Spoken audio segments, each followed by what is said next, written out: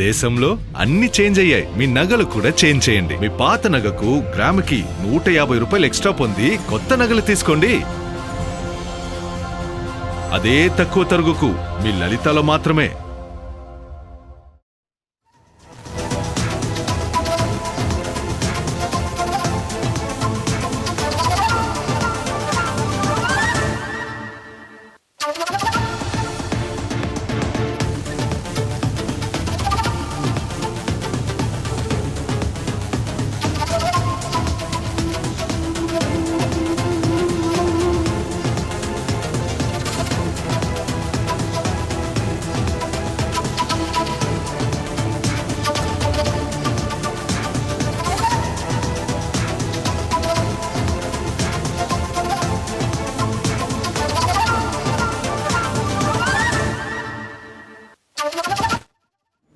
Breaking news చూస్తున్నాం. నేడు CM Chandrababu అధ్యక్షతన ఎస్ఐపిబి సమావేశం నిర్వహించనున్నారు.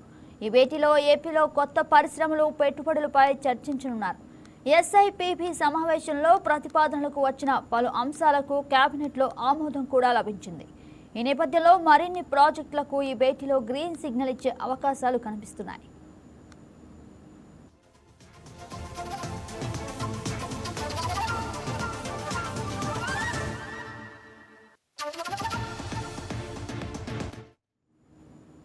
ఇదే అంశానికి సంబంధించి మరింత సమాచారం మా కరెస్పాండెంట్ హారిక ఫోన్లో అందిస్తారు.